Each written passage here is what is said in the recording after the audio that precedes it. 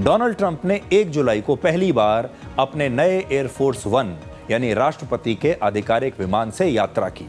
ये विमान उन्हें कतर ने एक तोहफे के तौर पर दिया है, गिफ्ट में दिया है, और इस विमान की कीमत है लगभग 3,800 करोड़ रुपए। बड़ा महंगा तोहफा है, 3,800 करोड़ रुपए का यह तोहफा है। ट्रंप ने इस विमान में बैठने से पहले कहा कि दुनिया ने इससे पहले ऐसा विमान कभी नहीं देखा होगा। लेकिन यह विमान नया नहीं है, यह भी हम आपको बता दें।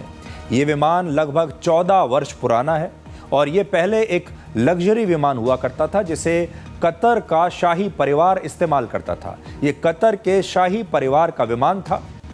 14 साल पुराना विमान है और कतर के शाही परिवार ने यही पुराना सेकेंड हैंड विमान अब ट्रंप को गिफ्ट में दे दिया।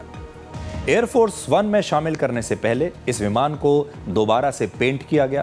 पहले एयरफोर्स वन में शामिल विमानों को हल्के नीले रंग से पेंट किया जाता था, लेकिन अब इसे ट्रंप की पसंद के मुताबिक गहरे नीले रंग से पेंट किया गया है, क्योंकि यही पेंट उन्हें पसंद है। और इस विमान में राष्ट्रपति की सुरक्षा के लिए कई बदलाव किए गए हैं, यानी इस विमान को अपग्रेड करने पर भी अमेरिका की सरकार ने काफी पैसा खर्च किया है।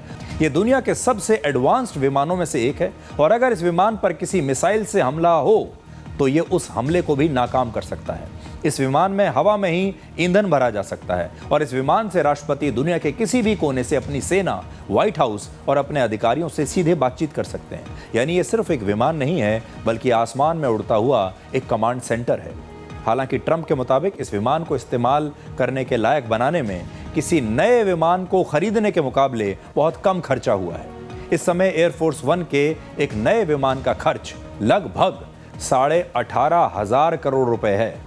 पिछले महीने एयरफोर्स वन के एक पुराने विमान को 36 वर्षों तक इस्तेमाल करने के बाद रिटायर कर दिया गया और ये नया विमान अब इसी पुराने विमान की जगह लेगा। अब जो आप देख रहे हैं ये पुराना विमान है जिसमें अभी तक अमेरिका के राष्ट्रपति डोनाल्ड ट्रंप यात्राएं किया करते थे। फिलहाल ये विमान लगभग 2 वर्ष तक एयरफोर्स वन के रूप में इस्तेमाल किया जाएगा, क्योंकि वर्ष 2028 में यानी 2 साल के बाद अमेरिका की ही बोइंग कंपनी नए एयरफोर्स वन विमान की डिलीवरी कर देगी, क्योंकि वो इस विमान का निर्माण कर रही है।